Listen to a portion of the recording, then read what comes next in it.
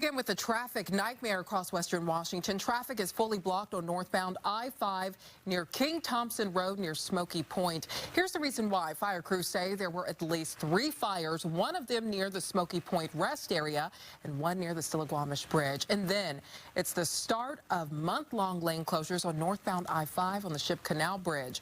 We have team coverage tonight helping us break this down.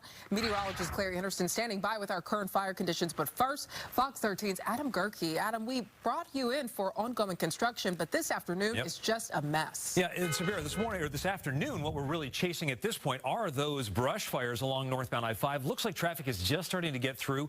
If you're heading up to the Smokey Point area and trying to get up towards the Stillaguamish River, northbound I-5 just starting to eke through at this point, but we did have those 2 earlier brush fires. Really did a wrinkle for us moving north and trying to get north of Everett and Marysville. So we continue to see this as one of the larger backups that's kind of getting us a little out of position this afternoon.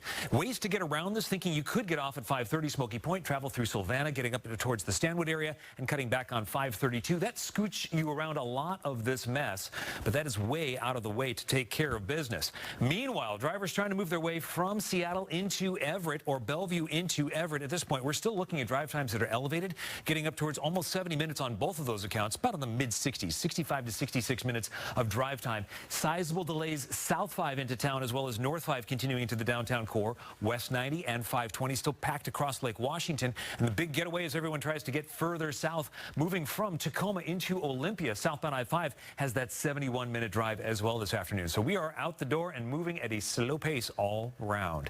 Now, brush fire, that is the big concern that we saw earlier this afternoon, continues to be tinder dry. Claire, what are the situations we're facing as we kind of get out and rolling this afternoon? Yeah, really dry, you said it. And I do want to take a look at the latest drought monitor because we saw an increase in the severe drought conditions for the state of Washington, expanding even further. So you can now see severe drought north of Seattle all the way down through Pierce County, down through Portland, and taking up a good third of the state. Also, let's talk rain-wise. We have had no measurable rainfall in July so far. Today is the 21st of July. That's how dry we are. We usually see at least ½ an inch of rainfall.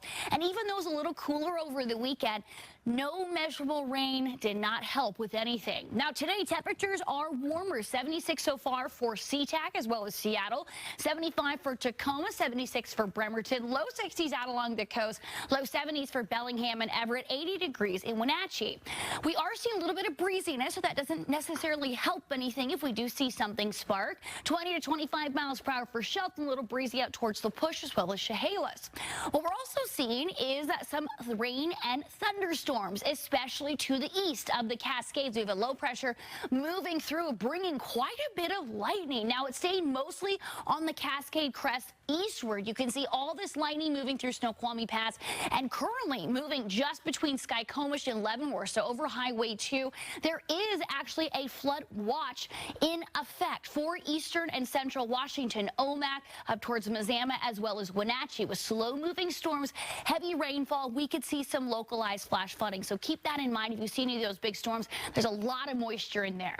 Temperatures tonight, we do see mid to upper 50s Seattle and Tacoma. Tomorrow warming back up, low 80s Seattle, Tacoma, Olympia, upper 70s for Everett and Bremerton, upper 80s Wenatchee, 60s out along the coast. Your extended forecast, warmest temperatures will be on Wednesday, mid 80s, low 80s for Thursday. A few more clouds will stay nice and sunny into early next week.